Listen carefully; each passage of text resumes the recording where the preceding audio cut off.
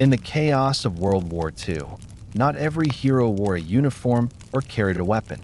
Some had feathers, others had fur. While soldiers fought across Europe, North Africa, and the Pacific, thousands of pigeons and dogs quietly served beside them, carrying messages through gunfire, finding wounded men in the dark, and saving lives that would have otherwise been lost. Their loyalty, speed, and instincts filled the gaps that machines couldn't yet bridge. Tonight, we'll look back at how these animals helped win one of history's greatest conflicts, not through force, but through trust, training, and courage that expected nothing in return but if you enjoy calm. Detailed stories from the past. Don't forget to like this video and subscribe to Boring History for Sleep, so you can return for more quiet journeys through the forgotten sides of history. Now, let's begin. When World War II began in 1939, the world had already entered the age of machines. Tanks rolled across Europe, planes darkened the skies, and radios crackled with coded messages. It was a war of technology, faster, louder, and deadlier than anything before it. And yet, despite all that progress, armies soon discovered that machines could not do everything. In an age of steel and signal, living creatures still carried out tasks that no invention could match. Pigeons, dogs, horses, and even mules became quiet partners in a war that depended on precision, loyalty, and instinct. Among them, two stood out: the messenger pigeon and the service dog, whose intelligence and trust turned into something no blueprint could reproduce. Reliability under chaos. The early years of the war exposed the limits of modern communication. Radios were powerful but fragile. A single shell could destroy a signal unit. Heavy rain, thick forests, or mountain ranges could silence transmissions. Wires were cut, batteries failed, and interference turned messages into static. In those moments, armies needed something that could move freely, silently, and without reliance on fuel or electricity. They needed messengers that could not be jammed or hacked. That was where pigeons came in. It may sound improbable, birds among tanks, yet it was one of the most practical decisions military planners ever made. Pigeons had already served in World War I, delivering messages through gunfire and gas. Their return in the next war wasn't nostalgia. It was necessity. The British, French, Americans, and Germans all maintained pigeon divisions, each bird trained to fly home over vast distances with a message capsule strapped to its leg at the same time. Dogs were being trained for work that machines could never handle: finding people, detecting danger, and carrying supplies across terrain too dangerous or too narrow for vehicles. They didn't require roads, fuel, or orders from a radio. They worked through instinct, guided by scent and sound. Their abilities could not be manufactured, only earned through patience and trust. The war quickly proved how valuable they were. When cities burned and communications failed, when soldiers were trapped behind enemy lines, or when the front moved faster than the wires could follow, these animals filled the gaps that technology left open. They worked in silence, unseen, often unrecorded, but their impact was measurable in lives saved. The British Army, for instance, re-established its pigeon service in 1939. Within months, lofts were built at bases, airfields, and ships. More than 200,000 pigeons were eventually trained and used throughout the war. Each bird could cover hundreds of miles, flying through storms and smoke, navigating by instinct scientists still struggle to fully explain. When radio silence was required or equipment failed, pigeons became the fastest and most reliable form of communication between units. The same year, military dog training began to expand. Britain's War Dogs Training School opened in Hampshire in 1942, while the United States launched its Dogs for Defense program, asking civilians to volunteer their pets for service. Thousands of families responded. Pets that once guarded gardens or fetched sticks were suddenly learning to crawl under barbed wire, carry messages through gunfire, or find wounded soldiers in forests. It was an extraordinary partnership between human ingenuity and animal instinct. One reason these animals remained essential was their independence from the fragile networks humans depended on. A pigeon did not need fuel or electricity. It required only a destination. A dog did not need orders through a microphone. It followed scent, sound, and the body language of its handler.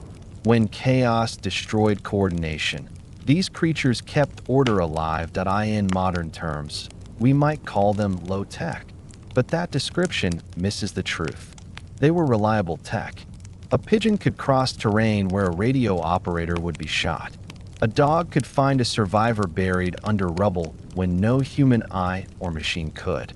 And unlike metal and wires, they could adapt to the unexpected. In the air and on the ground, conditions were brutal. The front lines changed daily. Cities that had once been home to quiet families turned into battlegrounds of rubble and fire. Forests were stripped bare by artillery. Rivers ran thick with mud and oil. In those shifting landscapes, technology often broke down. Equipment sank in mud, froze in snow, or overheated in desert sun.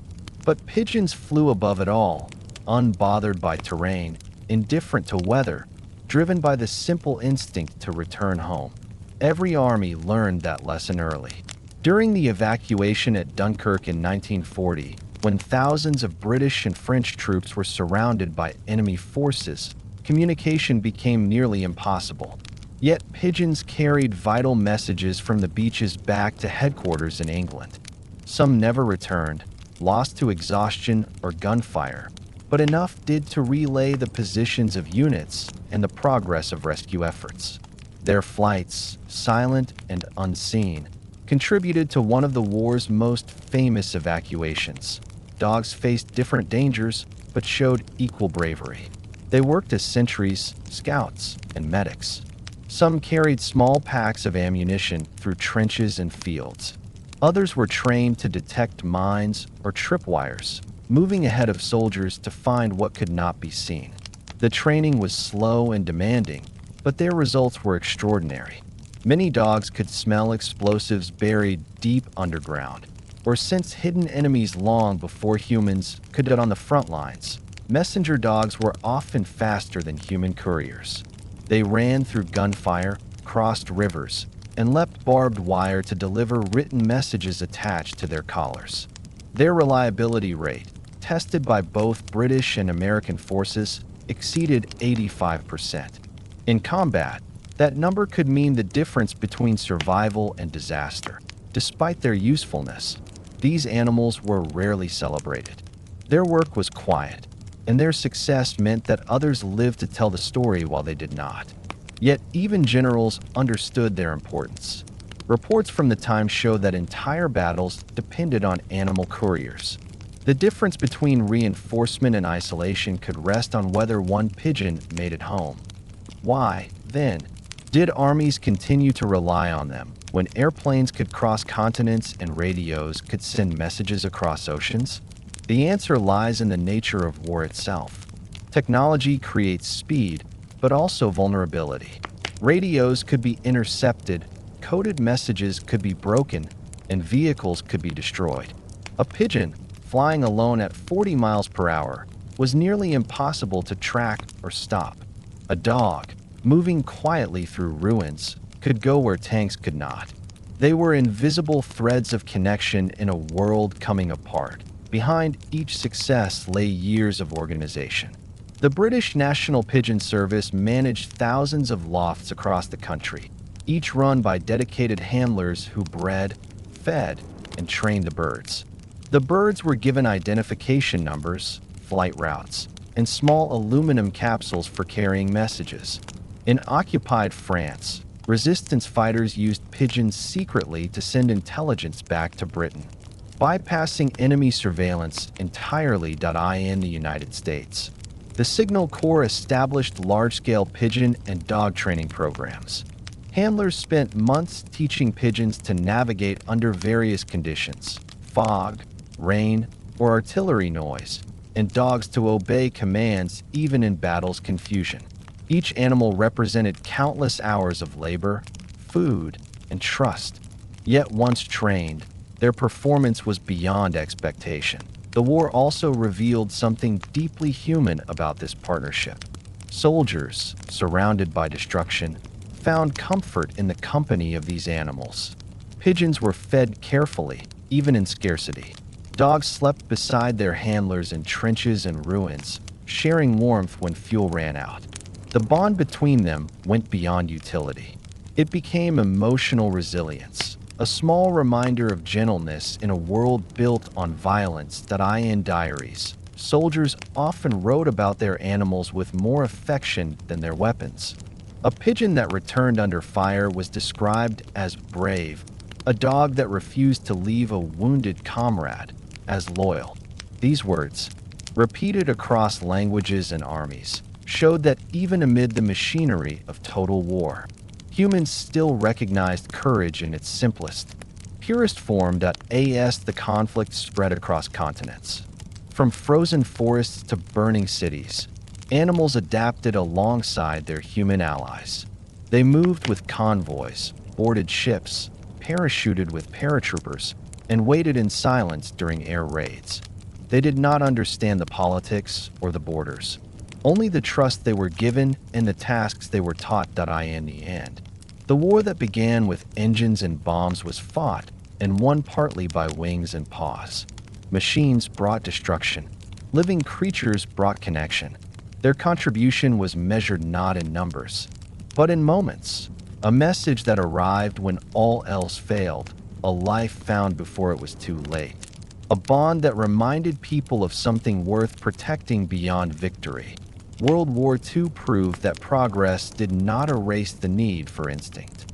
For all the science and industry that defined the modern age, survival still depended on the oldest partnership of all, that between humans and the animals that walked and flew beside them.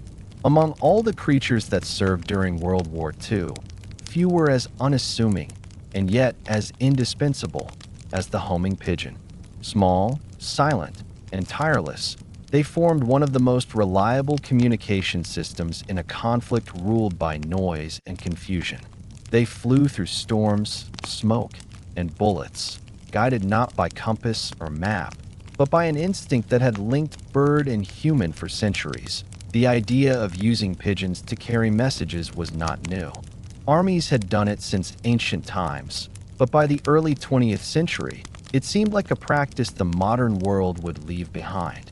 Yet when radio towers collapsed and telegraph lines were cut, the same winged messengers returned to service, not as relics, but as quiet solutions in a war too vast for technology to manage alone. At the start of the war, Britain reactivated the National Pigeon Service, which had already proved its worth in World War I.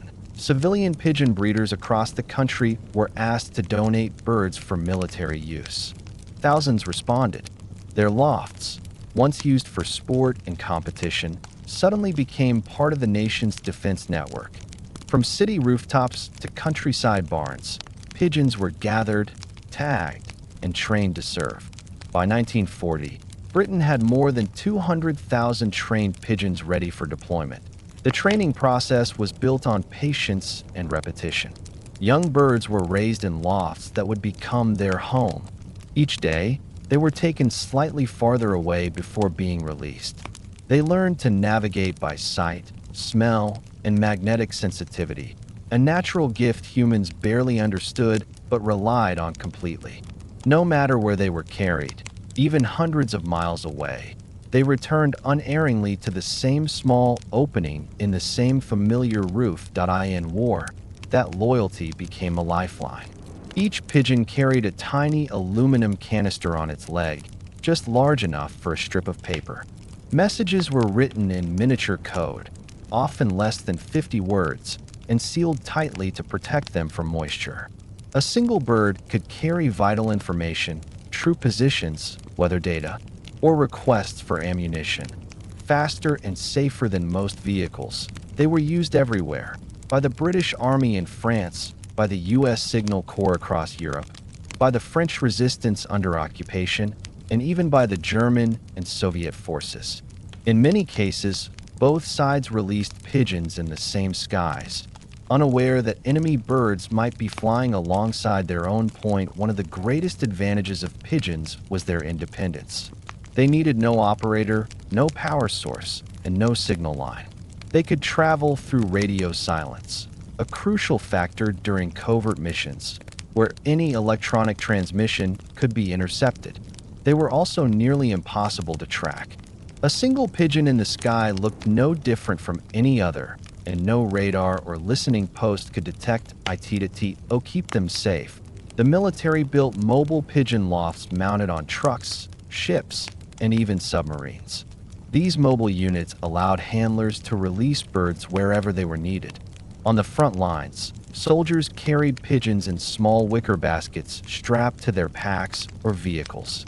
When the moment came, they opened the latch, watched the bird take flight, and hoped it would make it home. The journeys were rarely peaceful.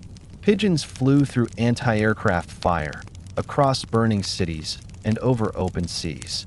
They were vulnerable to predators, exhaustion, and weather. Some were lost to hawks, others to smoke or disorientation. Yet enough made it through to prove their worth. Records show that more than 90% of trained pigeons successfully returned from missions, a success rate unmatched by any other communication method of the time. Their missions ranged from simple updates to acts of quiet heroism. One of the most famous pigeons, a British bird named Winky, saved the lives of an entire aircrew in 1942. When their plane was shot down over the North Sea, the crew had no way to send a signal. Winky was released from the aircraft's wreckage, carrying only the coordinates of their last known location.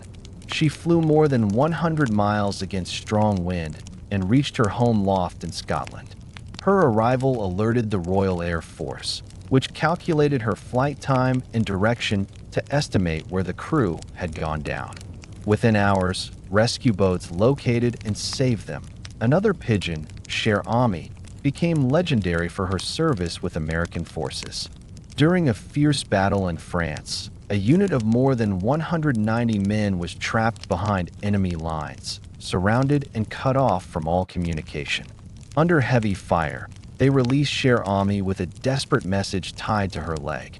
Despite being shot and wounded, she flew 25 miles back to headquarters, delivering the message that saved the remaining soldiers. Her bravery earned her a medal and a place in history. Such stories might sound extraordinary, but they were not isolated. Thousands of pigeons performed similar tasks daily, each flight unnoticed except by those waiting for the message to arrive. Some birds delivered intelligence from occupied territories, their flights carrying information gathered by the resistance. Others brought weather reports crucial for planning bombing runs or naval movements. A pigeon's journey, lasting only minutes, could influence decisions that shaped entire battles. Handlers treated their pigeons with deep respect.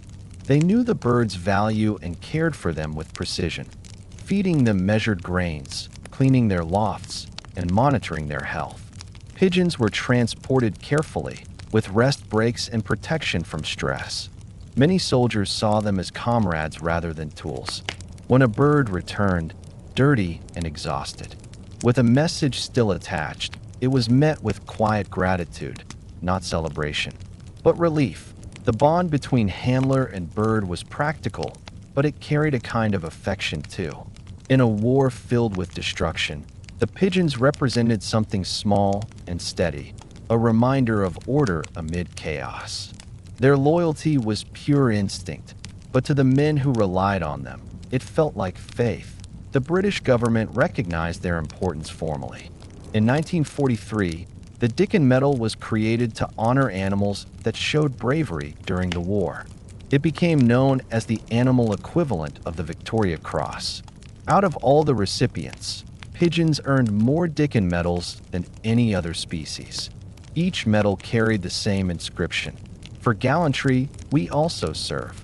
The birds were trained not just to deliver messages, but also to navigate under extreme conditions. Some flew at night, guided by faint light and geography. Others crossed oceans, A few were trained to home to ships at sea, a remarkable feat considering the ships themselves moved between missions. In those cases, pigeons learned to identify their mobile home by its appearance, sound, and smell. It was a level of adaptation that amazed even scientists that occupied Europe. Pigeons played a different kind of role, one shrouded in secrecy. Resistance networks used them to send coded intelligence about enemy movements, industrial sites, and troop formations. Since radio transmissions were heavily monitored, pigeons became one of the only safe ways to communicate with Allied forces. Their missions were deadly risky. Anyone caught with the pigeon could be executed. Yet, time and again, civilians risked their lives to release these birds into the night, trusting that they would find their way across hundreds of miles of danger. The German forces, aware of this, trained falcons to intercept pigeons. Some succeeded, but most did not. The skies above Europe, filled with smoke and shrapnel, were chaotic enough to confuse even trained predators. The pigeons, small and fast, often escaped unseen. That be why the end of the war. The scale of their contribution was immense. In the British forces alone, over 250,000 messages were successfully carried by pigeons. Each one could mean the difference between life and death, an evacuation order, a weather warning, or a plea for rescue. Their flights connected isolated units, guided bombers home, and even helped coordinate the D-Day invasion, where communication lines stretched thin across miles of coastline. When peace finally came, most of the pigeons returned to their civilian lofts. Some were released back to their owners. Others lived out their lives in quiet recognition. A few, like Winky and Cher Ami, were remembered in museums and memorials. But countless others remained nameless, their service recorded only in ledgers and dispatches. What made their role so remarkable was not the scale, but the simplicity. In a war defined by engines and codes, the world's most reliable messengers still beat their wings. Each flight was a small defiance against the limits of technology, a reminder that progress and instinct could coexist. Even today, historians and scientists study how they did it, how these small birds could travel hundreds of miles with such precision, through storms and gunfire, without maps or instruments. Their mystery remains unsolved, but their impact is not in the end. Pigeons were not just carriers of messages. They were symbols of persistence. They showed that even in humanity's most destructive moment, the oldest partnerships between humans and animals still carried hope, one small message at a time. Across the battlefields of World War II, where machines roared and the air itself seemed to tremble with noise, there were quieter figures moving between the lines, four-legged soldiers who neither questioned orders nor feared the dark. They were dogs, scouts, messengers, rescuers, and companions. In every theater of war, from the forests of Europe to the deserts of North Africa and the islands of the Pacific, dogs served beside humans not as tools of command, but as extensions of instinct, loyalty, and trust. Their service began long before the war's first gunfire. When conflict seemed inevitable, nations once again looked to the oldest partnership in human history, that between person and dog. No machine, no weapon, no technology could replace what dogs could do. Sense danger before it came, track what was hidden, and find what was lost. Their strength was not in power or precision, but in perception. In Britain, training programs started in 1942, modeled on the success of earlier police and military dog units. The War Dogs Training School in Hampshire took in hundreds of animals donated by civilians. Families parted with their pets, shepherds, terriers, collies, and retrievers, sending them off to serve. The same happened in America, where the Dogs for Defense campaign collected nearly 20,000 dogs for the U.S. Army and Marine Corps. Posters called for patriotic dogs, asking owners to lend their companions to the war effort. For many families, it was a bittersweet contribution, an act of love and sacrifice at once. Training was rigorous and carefully structured. Dogs learned to navigate battlefields, carry messages, detect mines, and guard camps. They were trained not to flinch at explosions or fear gunfire. Their instructors used repetition, reward, and tone rather than punishment, understanding that trust was the only way to earn obedience under fire. Some dogs were trained as messengers. They carried written notes or small packets in waterproof containers attached to their collars. These dogs were used when radio silence was essential or when lines of communication had been destroyed. Their routes were long and often deadly, through ruined towns, forests filled with gunfire, or across open fields that no human could cross safely. Yet their success rate astonished commanders. A well-trained messenger dog could travel miles through chaos, guided only by scent and memory, delivering vital information that might decide whether troops received orders or supplies in time. Others were sentries, quiet guardians of camps, airfields, and ammunition depots. Their keen hearing and sense of smell allowed them to detect intruders long before any human could. They worked through the night, alerting guards to the faintest movement or unfamiliar scent. In a war where stealth and surprise could determine survival, these dogs provided a first line of defense that never slept an eye in the field. Scout dogs were trained to move ahead of soldiers, their movements slow and deliberate. When they sensed danger, the scent of an ambush, hidden enemies, or freshly disturbed earth concealing mines, they froze and signaled their handlers with a silent gesture. These warnings saved countless lives. Unlike mechanical detectors, a dog could distinguish between living scent and lifeless soil, between danger and harmless noise. Perhaps the most emotionally powerful work fell to the casualty dogs, trained to find the wounded.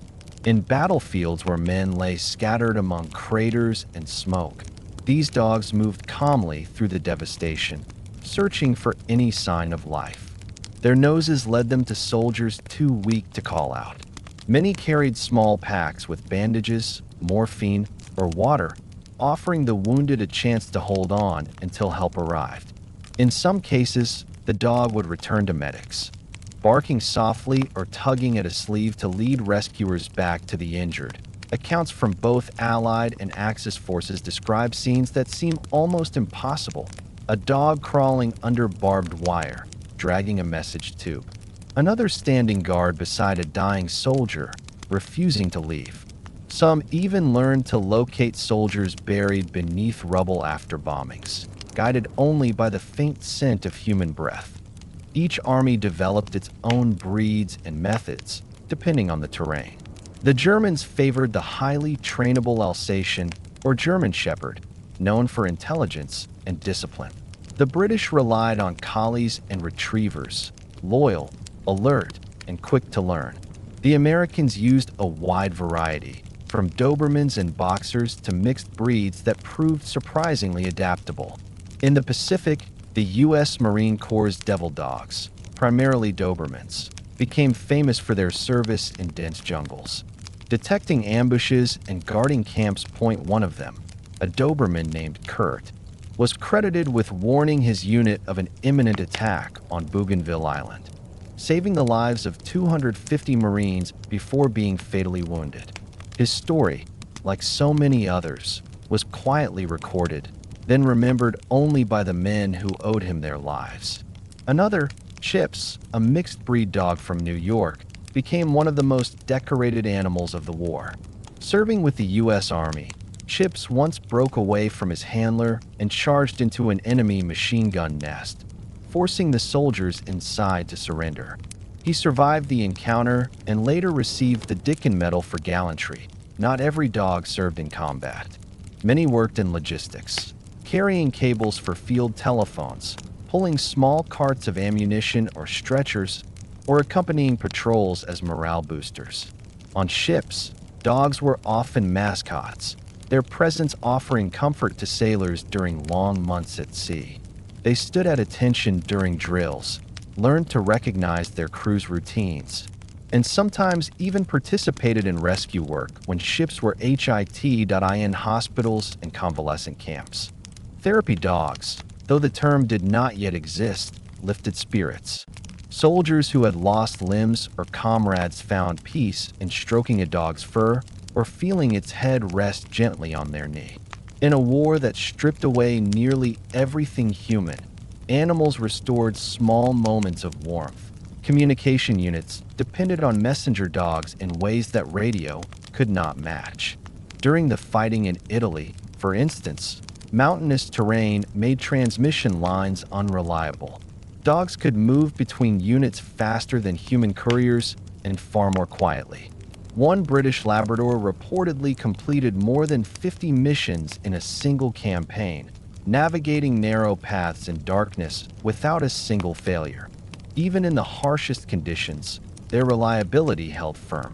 Dogs could sense approaching air raids long before sirens sounded, their behavior changing minutes before bombs fell. Soldiers learned to trust their instincts. When the dogs grew tense or restless, they took shelter. These moments saved lives not through planning, but through the simple bond between species.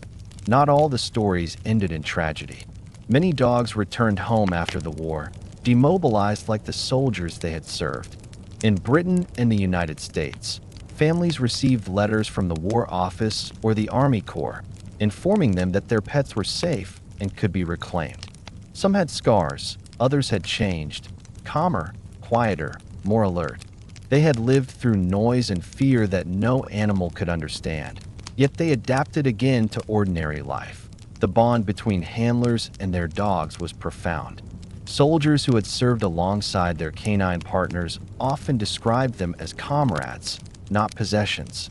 The understanding built through training and shared danger was something deeper than command. It was trust, silent, wordless, absolute. In the moments between gunfire, when everything else was uncertain, a dog's presence meant stability. In post-war interviews, handlers often spoke less about victories and more about companionship. One British soldier, remembering his messenger dog years later, said simply, "He was never afraid to go. I was." That sentence, quietly spoken, captured the essence of their service. Courage without comprehension, duty without recognition. The official recognition came later. Dozens of dogs received the Dickin Medal, awarded for conspicuous gallantry or devotion to duty. The recipients included animals from all backgrounds. Stray dogs turned heroes, pets turned soldiers. Each medal was a small acknowledgement of something larger. That bravery did not belong to humans alone. In the end, the dogs of World War II were not defined by their numbers or records, but by their constancy. When communication failed, they carried messages. When soldiers fell, they found them. When spirits broke, they gave comfort. They were never asked to understand the war, only to serve, and they did so without hesitation. Their loyalty was not heroic in the human sense. It was something older, purer, a reflection of the ancient partnership that had carried humankind through every hardship. The war tested machines, governments, and ideals, but it also tested trust. In the quiet space between battles, it was often the sound of a dog's steady breathing that reminded soldiers what they were fighting to protect. And when the war finally ended, and the world began to rebuild itself, many handlers chose to adopt their partners permanently. The Army allowed it, understanding that no other home could mean more than the one earned together on the battlefield. They left behind no monuments of stone, no records of rank or promotion. Yet their contribution lives on in the thousands of stories written in diaries, remembered in faded photographs, or told across generations. Stories of dogs who carried messages through fire, who stood guard in the cold, and who waited patiently beside the fallen until help arrived. When we think of intelligence work during World War II, we imagine cryptographers in dimly lit rooms, decoding enemy transmissions, or agents slipping through shadows with secret documents. Yet behind this world of human cunning existed another, quieter network, one made not of spies and machines, but of living creatures whose instincts bridged the gaps human tools could not. Animals, long companions of soldiers, found themselves drawn into the hidden side of the war, espionage, reconnaissance, and communication in places where no human or device could move safely. They were not aware of their missions, nor did they understand their significance, but their roles were real, and their contributions shaped operations that remained secret for decades. It began, as so many wartime innovations did, with necessity. The modern battlefield was vast, and traditional intelligence channels, radios, coded dispatches, or couriers, were easily traced or intercepted. As armies and resistance networks searched for ways to move information unseen, they returned to the simplest of ideas, the use of animals, whose ordinary presence could pass unnoticed where people could not.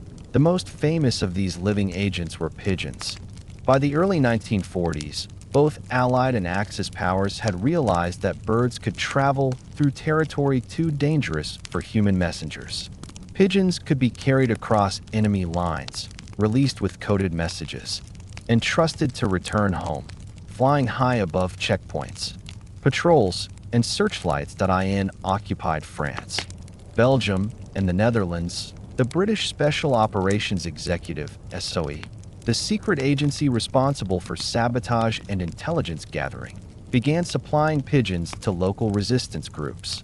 Each bird was fitted with a small capsule and dropped from aircraft in specially designed containers along with instructions. Farmers, teachers, and villagers who found them became part of an invisible network.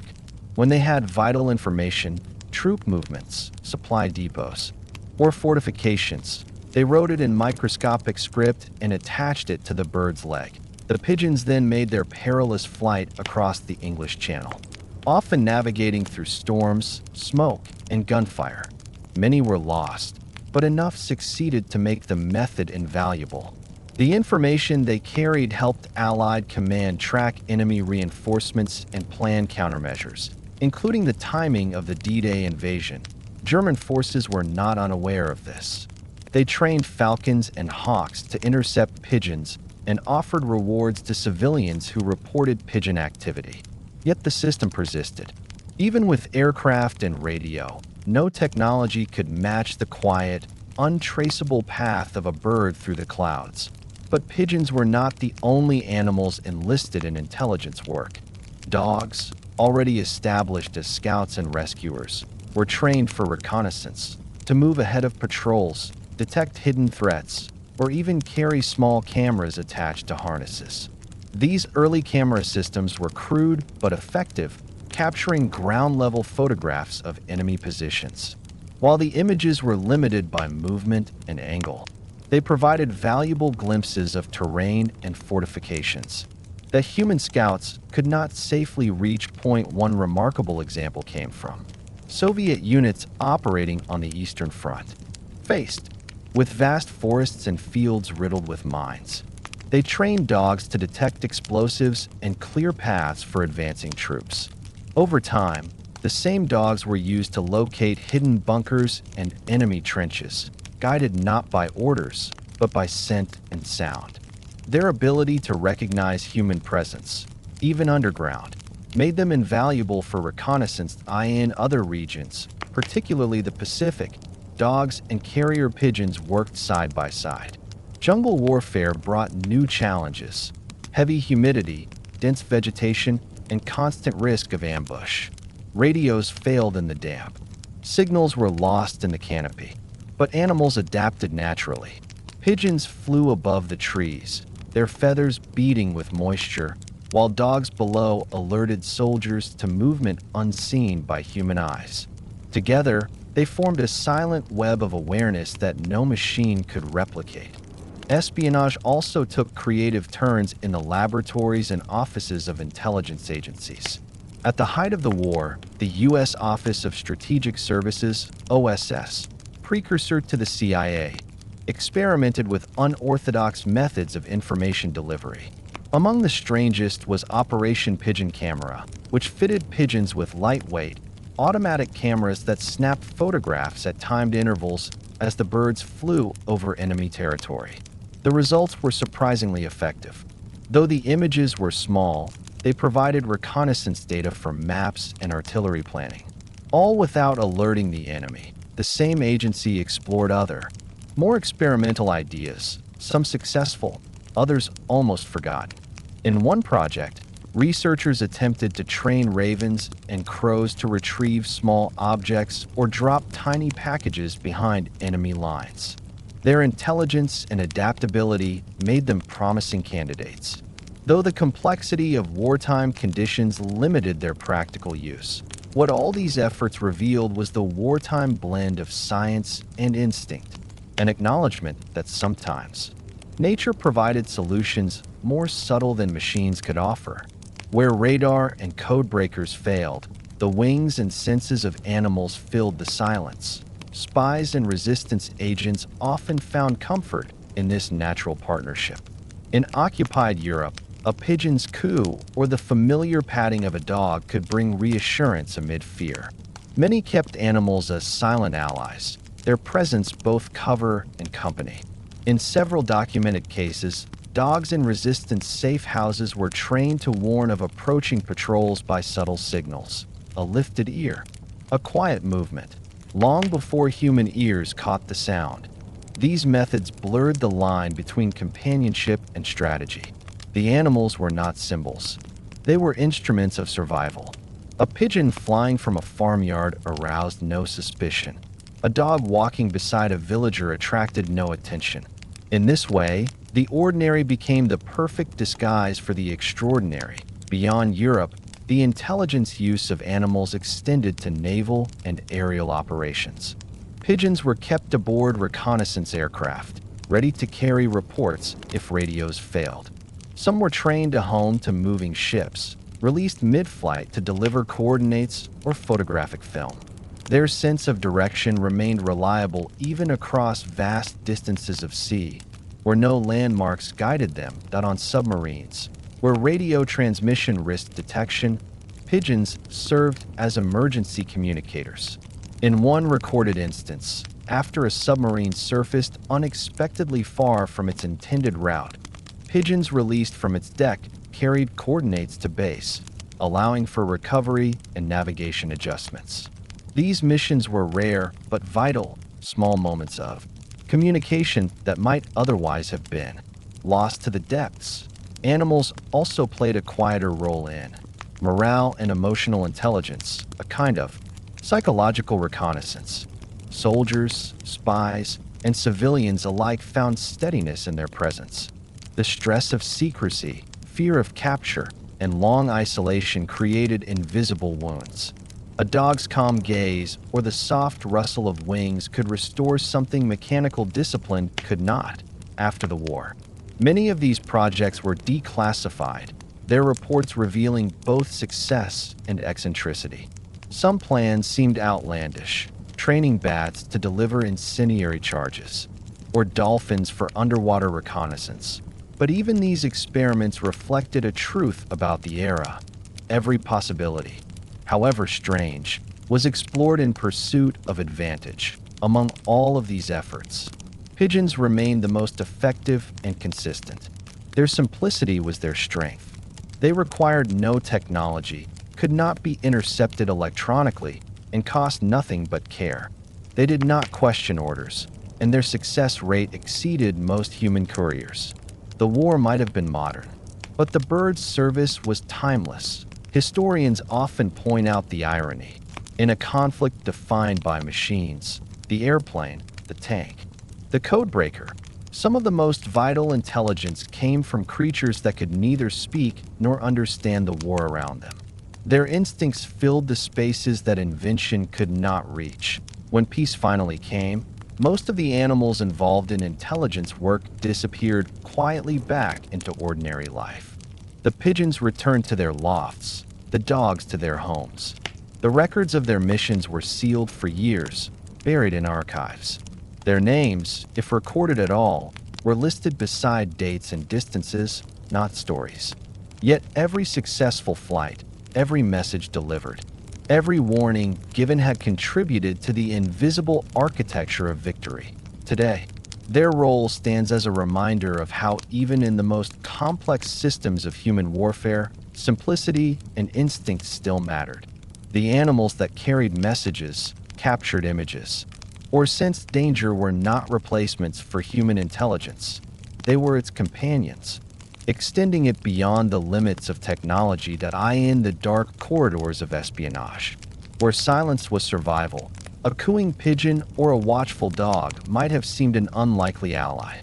But to those who lived through it, they were trusted partners, living instruments of communication in a war where noise was the enemy of secrecy. Their work left no monuments, only traces, faint photographs, fragments of code, and memories and diaries long faded. Yet in those traces lies something enduring, proof that even in the most mechanized war humanity had ever known, it was instinct, not invention, that sometimes carried the truth safely home. When the guns fell silent in 1945 and nations began to count the cost of the Second World War, remembrance took many forms. Memorials rose, medals were pinned, and names were etched into stone. Yet there was another kind of service, one that left no words behind. The quiet labor of animals who had worked, flown, carried, and waded through 6 years of chaos. They had no ranks, no uniforms, and no voices, but their efforts were undeniable. They saved lives, carried messages, and offered a kind of loyalty that no order could command. In the years that followed, the question slowly emerged. How do you honor those who never asked to serve, but did so faithfully all the same? The idea of awarding medals to animals began not during the war's end, but in its heart. In 1943, as Britain endured its 4th year of conflict, a woman named Maria Dicken, founder of the People's Dispensary for Sick Animals, PDSA, created an award unlike any other. It was called the Dicken Medal, and its purpose was simple: to recognize acts of bravery by animals in service to humanity. The medal was bronze, engraved with the words, "For gallantry, we also serve." To many, it seemed an unusual gesture at first. Yet to those who had seen the courage of animals firsthand, it was long overdue. The first recipients were pigeons. Their work had often gone unnoticed outside military circles, but commanders knew their worth. During the height of the Blitz, pigeons carried messages between command posts when telephone lines were destroyed. They crossed battlefields where human couriers could not go. Some flew through smoke-filled skies, wounded or exhausted, to deliver coordinates that directed rescuers or reinforcements. One of the earliest medal recipients was Winky, the pigeon who had saved an aircrew after their bomber crashed into the North Sea. Her flight, over 100 miles against wind and rain, allowed rescuers to estimate the crew's position and reach them before the cold claimed their lives. Another honored bird was White Vision, who performed a similar feat, navigating through a storm to deliver a distress message from a downed aircraft. Over time, the list grew longer. Pigeons with names like Tyke, Beachcomber, and Gustav became symbols of silent endurance. Gustav was particularly celebrated. On D-Day, he carried one of the first messages from the Normandy beaches back to England, reporting the progress of the Allied landings. He completed his journey in just over 5 hours, crossing miles of open sea under threat from gunfire and weather. His arrival gave commanders vital confirmation that the operation had begun successfully. Dogs, too, were honored for extraordinary acts of service. Among them was Ricky, a mixed-breed dog who located mines and unexploded bombs in Belgium, saving countless soldiers and civilians. Another was Rob, a collie who served with the British Special Air Service, SAS, on more than 20 parachute missions in North Africa and Italy, an astonishing record for any living being, human or otherwise. Rob's calm nature and endurance made him ideal for long, silent operations. When he returned home, he was treated as a local hero. his photograph appearing in newspapers, a quiet acknowledgement of his courage. Then there was Chips, the American mixed-breed dog who served in Italy and France. He was credited with capturing an enemy machine gun nest after breaking free from his handler and charging directly into fire. Though wounded, he survived and returned to service, eventually receiving the Dickin Medal posthumously decades later. His actions, though impulsive, demonstrated what made dogs invaluable in war. Not calculation, but devotion. Horses, mules, and even cats were also recognized. In the dense jungles and steep mountains of Asia, pack animals carried supplies where trucks could not pass. They endured exhaustion, heat, and gunfire with steady determination. One mule, named Blackie, received posthumous recognition for carrying wounded soldiers to safety through shellfire. Cats, kept on naval ships, earned quieter fame for their work controlling rats that threatened food stores and wiring. Their presence reduced disease and preserved equipment, small, unseen victories that contributed to the machinery of survival. For each medal awarded, countless others went without mention. Most animals had no recorded names, no paperwork, no official notice. They were part of an enormous, anonymous workforce that crossed all branches of the military: messengers, transporters, guards, rescuers. Their impact could not be measured in numbers, only in the human lives that continued because of them. The Dickin Medal became more than a symbol of individual heroism. It was a statement that bravery was not a human monopoly. The animals who received it did not understand ceremony or gratitude, but those who had relied on them did. Soldiers attended the ceremonies with quiet pride, often holding the leash or perch of the animal beside them. The simplicity of those moments contrasted sharply with the scale of the war they had survived. In the years following the war, as nations rebuilt, most of the animals returned to ordinary life. Many of the dogs that had been donated were sent back to their original families, along with letters of thanks from the military. Some carried scars, physical or otherwise, from what they had endured. Handlers often chose to adopt their partners permanently, unable to part with them after so much shared danger. In Britain, the stories of these animals remained alive through exhibitions and memorials. Museums displayed the harnesses, medals, and message capsules once used in the field. Visitors could read the accounts of flights, rescues, and missions that had depended on these creatures. Over time, the Dickin Medal came to be, recognized as one of the highest honors an animal could receive: the Animal Victoria Cross. The People's Dispensary. 4 sick animals continued to award the medal long after 1945, expanding it to animals who served in later conflicts: Korea, the Falklands, Iraq, Afghanistan. The continuity carried meaning. Even as technology advanced, animals continued to stand beside humans in war and disaster. The medal itself never changed. Its design remained humble, its message timeless. Beyond official awards, communities found their own ways to remember. Some erected small statues or plaques in local parks, honoring not generals or battles, but working animals. In London, a bronze memorial stands at Park Lane, depicting a mule, a dog, and a horse. The inscription reads simply, "They had no choice." Those 4 words encapsulate the essence of animal service: loyalty without understanding, duty without decision. For historians, the subject of animal recognition opens questions about the boundaries of memory. Can courage exist without awareness? Can service be honored when it is instinct rather than choice? The answers may be philosophical, but the emotions they evoke are simple. To remember these animals is to remember the shared endurance of all living beings caught in human conflicts. Letters and diaries from the period often mention animals not as symbols, but as companions. Soldiers wrote of the comfort of a dog's presence in the trenches, or of watching a pigeon vanish into the distance and feeling, for a moment, that something pure still existed in the midst of war. These small details, unrecorded in official histories, became part of personal memory, shaping how survivors spoke of courage and loss. The recognition of animals also influenced the post-war understanding of empathy. For many veterans, the bond formed with their animal partners helped them recover from the trauma of battle. Dogs trained for war found new purpose as service animals for the wounded and the blind.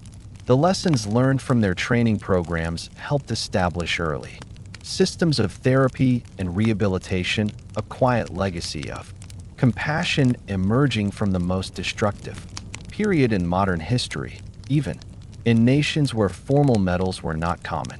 Informal honors existed. Soviet and German soldiers often kept small memorials to their working dogs, sometimes burying them beside fallen comrades. Japanese carrier pigeons were released at the war's end, allowed to fly free once more. These gestures, though simple, carried a shared message: gratitude. As decades passed, the number of surviving wartime animals dwindled to none, but their memory endured through stories, statues, and the occasional rediscovery of medals kept in family drawers. Each rediscovery added a small piece to a larger truth: that the story of the Second World War was not only a story of nations and armies, but also of the silent labor of creatures who stood beside them. Today, the Dickin Medal continues to be awarded, reminding modern audiences that bravery can exist in many forms. Whether it is a dog detecting explosives, a pigeon carrying a vital signal, or a horse guiding search teams through disaster zones, the principle remains the same. Courage and loyalty need no explanation. The animals of World War II did not seek recognition. They never understood the scope of the conflict or the consequences of their actions. Yet in their quiet persistence, they embodied something that transcended command or strategy: a simple will to serve and protect. In honoring them, humanity also honors its own capacity for gratitude and humility. When visitors stand before the memorials today, they see not just stone or bronze, but the reflection of something older: the bond between human and animal, tested in the harshest circumstances and proven unbreakable. The words, "for gallantry, we also serve," remain as relevant now as they were then. The war ended long ago, but remembrance endures. And in that remembrance lies a promise that even those who could not speak will never be forgotten. When the Second World War ended in 1945, the world exhaled. Soldiers came home, cities began to rebuild, and nations tried to make sense of the cost.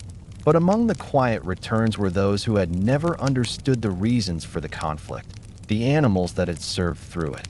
They had carried messages, guarded camps, searched for the wounded, and brought a measure of humanity into places where little remained. Their war was over too, though no one could explain that to them. For most, the end came not with parades or fanfare, but with a simple change of routine. The pigeons that had flown through storms and gunfire were released back to their lofts.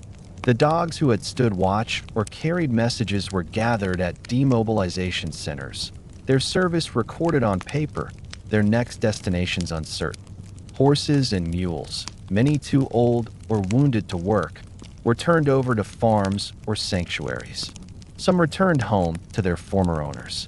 Others stayed with the handlers they had served beside. The relationship between humans and animals had been transformed by the war. It was no longer simply one of use, but of understanding. Soldiers who had relied on their animals for survival carried that bond into civilian life. They had seen courage not only in people, but in creatures that had followed without question, working calmly through fear and chaos. The shared endurance had changed the way many viewed animals altogether. In Britain, the PDSA War Dog School closed its doors, but its legacy lived on. Many of the methods developed during wartime, obedience training, scent work, and companionship conditioning, became the foundation for post-war service animal programs. Dogs that had once guarded military posts now learned to guide the blind or assist the disabled. The transition was natural. The same patience, loyalty, and focus that made them effective in war now made them vital in peace. The same was true of pigeons. Though their military use declined with the rise of advanced radio and radar, their success in wartime had reminded scientists of the extraordinary precision of animal navigation. Studies of pigeon homing behavior increased after the war, leading to discoveries about geomagnetism and spatial memory. What had once been a tool of survival became a subject of science. The instincts that saved lives now helping humans understand the natural world. The emotional impact of animal service endured as well. In Britain, veterans wrote to newspapers about their wartime dogs, asking for news of what had become of them. Some were reunited after months of separation. The government's Return War Dog scheme was established to ensure that every surviving service dog was either sent home or rehomed respectfully. In many cases, handlers adopted their canine partners permanently, paying small symbolic fees to formalize the bond they already felt. Letters from the time reveal the depth of that attachment. One soldier wrote, "He was trained to find men in the dark.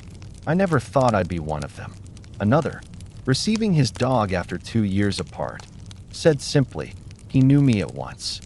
The words were few, but they carried something more than sentiment, a recognition that in war, trust had gone both ways. Across the Atlantic, similar transitions took place. In the United States, the Dogs for Defense program shifted its focus from war to rehabilitation. The dogs that had learned to detect mines and guard bases were retrained for civilian tasks, search and rescue, police work, and therapy for veterans. Hospitals for wounded soldiers began experimenting with animal visits, discovering how the presence of a calm, familiar creature eased stress and restored morale. It was the beginning of what would later become the field of animal-assisted therapy. Meanwhile, in Europe and Asia, animals continued to serve in more traditional roles. The devastation of the war had destroyed infrastructure. Animals once again became essential for transport, agriculture, and reconstruction. Horses pulled plows and carts across bombed fields. Dogs delivered mail and medicine to remote villages. Even pigeons were briefly used in disaster communication, natural bridges between the old world and the modern one that was emerging. Yet the memory of their wartime service lingered. For those who had seen animals work under fire, the experience remained vivid. War museums began to display their stories. In London, exhibits showed the simple tools of their trade: pigeon message canisters, dog harnesses, horseshoes worn thin from mountain routes. Visitors paused before them, perhaps realizing that behind the grand narratives of strategy and politics were small, living threads of survival. The connection between animals and soldiers became part of post-war storytelling too. Films, books, and radio programs began to tell their stories, often dramatized, sometimes simplified, but always rooted in truth. They reminded audiences that bravery had taken many forms. A pigeon crossing the channel, a dog crawling through rubble, a horse pulling the wounded. Each act spoke of endurance without comprehension, of service without command. For scientists and historians, the legacy of wartime animal use also offered lessons. The organizational systems that had coordinated thousands of animals, feeding, training, medical care, became models for peacetime management in farms, police units, and research institutions. The veterinary advances developed for working animals in war, better nutrition, disease prevention, and surgical care, laid the groundwork for modern animal medicine. But the deepest legacy was cultural. The war had taught people that animals were not just property or tools, but partners capable of loyalty, fear, and courage. That shift in perception rippled quietly through the decades that followed. Laws protecting animals gained traction. The idea of humane treatment, once limited to domestic pets, expanded to working animals, livestock, and wildlife. That it was also during the post-war years that the concept of memorialization broadened. The Animals in War Memorial Fund began to take shape in Britain, though the actual monument would not be completed until decades later. When it was finally unveiled in 2004 on Park Lane in London, it depicted a mule, a horse, and a dog walking toward a wall inscribed with the words, "They had no choice." The simplicity of the phrase captured what generations already knew, that service had not been voluntary, but freely given nonetheless in the years following the war. As technology advanced and new conflicts arose, the partnership continued in changing forms. During the Korean War, dogs were again used for patrol and detection. In Vietnam, they worked in jungles as scouts and sentries. By the late 20th century, dogs were being trained to detect explosives and narcotics. Their noses now supported by modern science, but guided by the same ancient trust. Pigeons, though largely retired from military duty, remained in ceremonial roles, honored at parades, studied in laboratories, and kept by enthusiasts who maintained the centuries-old craft of pigeon racing. Their homing ability, mysterious even after decades of research, still fascinated scientists.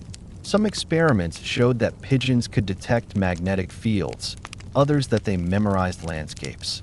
Their wartime service had opened the door to understanding how animals perceive the world differently. Yet with remarkable accuracy, the lessons of World War II also shaped how militaries approached working animals in future conflicts. The logistical systems for feeding, housing, and training them became more standardized. Veterinary corps expanded, ensuring that animals received the same level of medical care as soldiers. In many countries, formal retirement programs were created so that service animals could live out their remaining years in peace. Over time, their stories became part of national memory. School textbooks, documentaries, and museum exhibits began to include the role of animals in war alongside those of soldiers and scientists.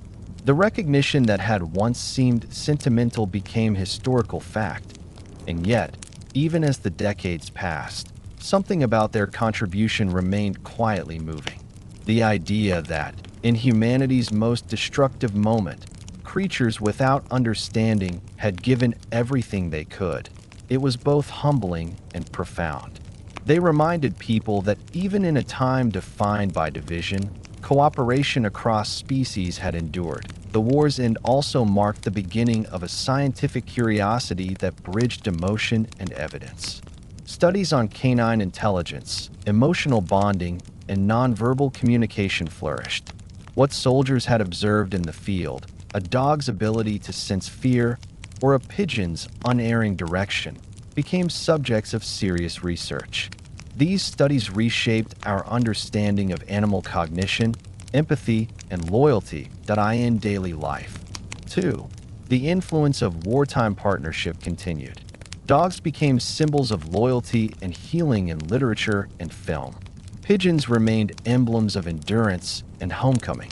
The simple image of a dog waiting by a soldier's side, or a pigeon winging its way across a gray sky, carried meanings that reached beyond war, patience, faith, and connection. By the turn of the century, the role of animals in human life had shifted from necessity to companionship. Yet the echoes of their wartime service lingered in the way people thought about loyalty and service. The same instincts that once carried messages through battlefields now brought comfort to hospitals, schools, and homes. The same courage that once led dogs into danger now helped guide the blind across streets or search for survivors after disasters. History, in its long memory, had come full circle. The partnership between humans and animals had begun as survival, deepened into service, and evolved into empathy. By the time the Second World War ended, the world had changed beyond recognition. Cities were reduced to rubble, empires reshaped, and technology had leapt forward in ways both astonishing and terrible. But among the ruins, one truth had quietly endured. The partnership between humans and animals had proven stronger than any weapon, any ideology, or any machine. From the smallest pigeon to the largest horse, their service had revealed something deeply human. that survival often depended not on power, but on trust. That as historians began to study the conflict in the decades that followed, they often described it as a war of machines. Yet, when they looked closer, they found that some of its most enduring lessons came not from steel or strategy, but from creatures who had no part in its making.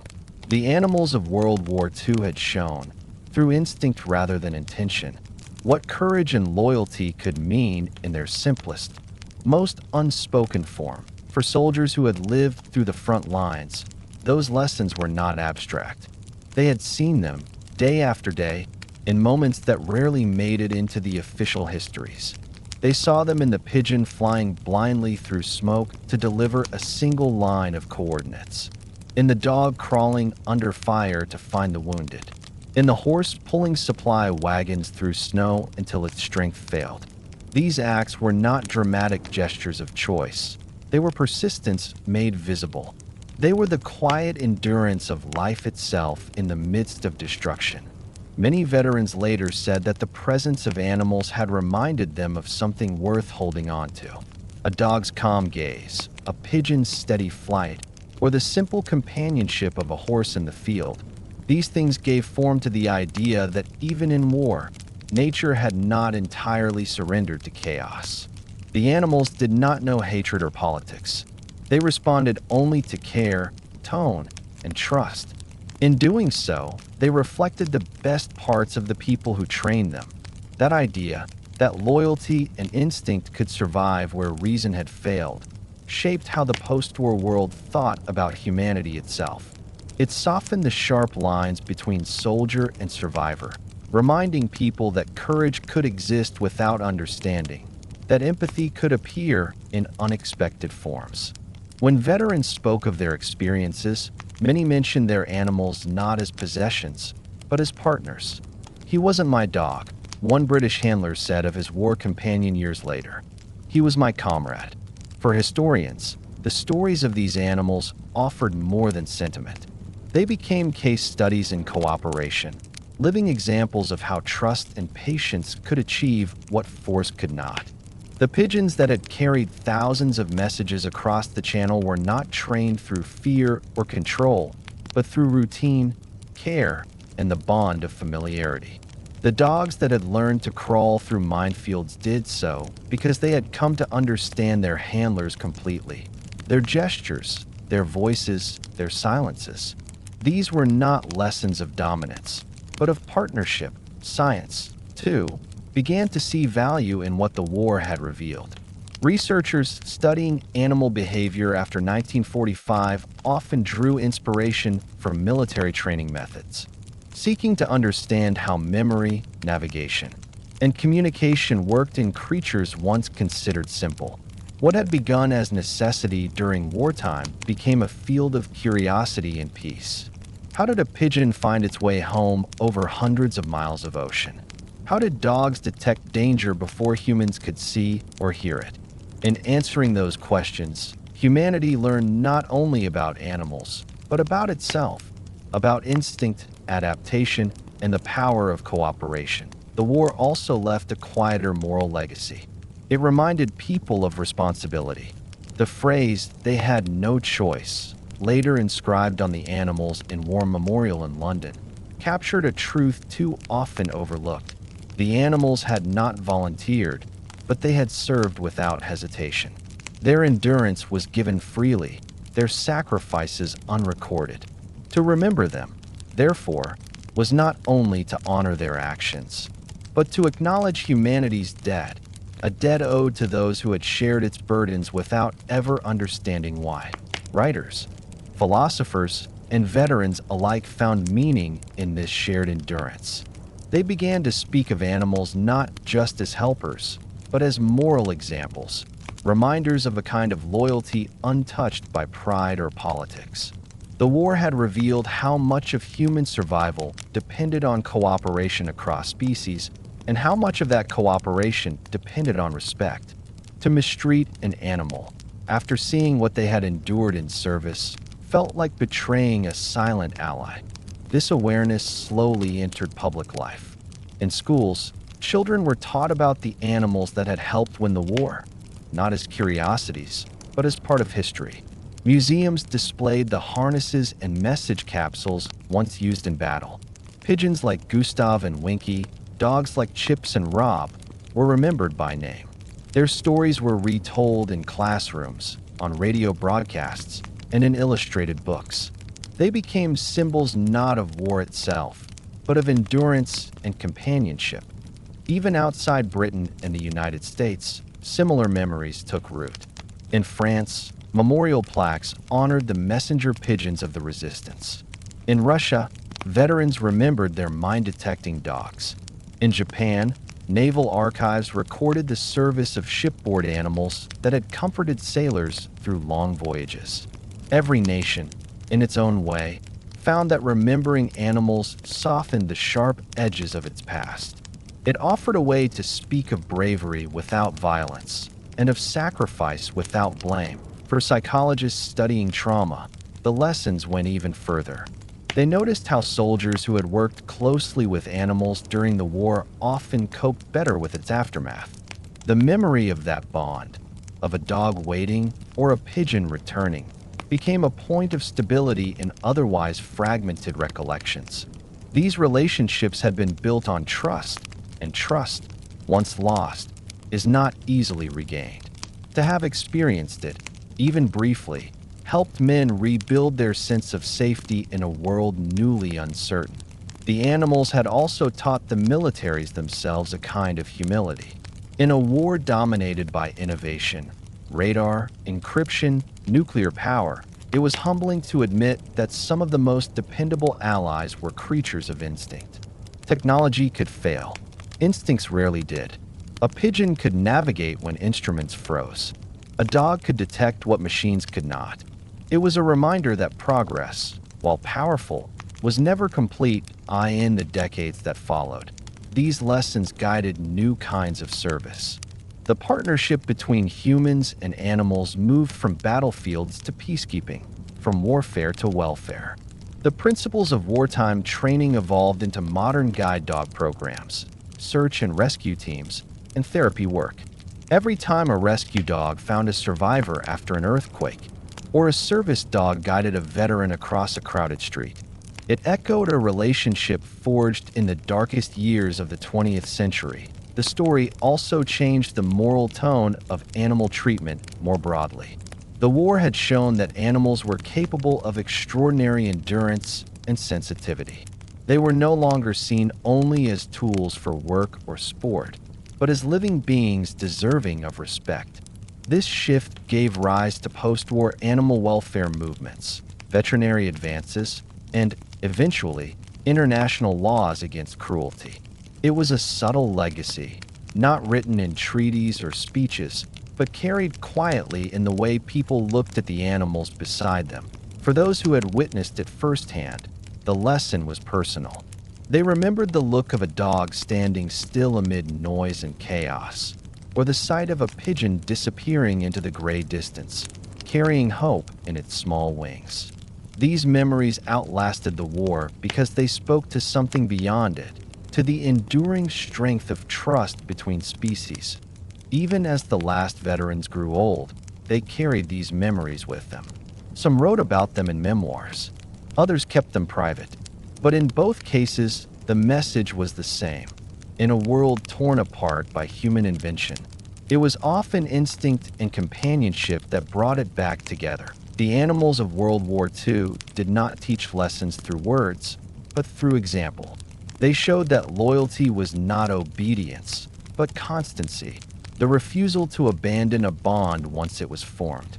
They showed that courage was not the absence of fear, but persistence in spite of it. And they showed that cooperation, in its simplest form, can exist without ambition, language, or understanding, that it is, perhaps, the most natural act of all. In studying their role, historians often find themselves confronting an uncomfortable question. If creatures without understanding could show such unwavering service, what does that demand of those who can? The answer, perhaps, lies in remembrance, not in monuments alone.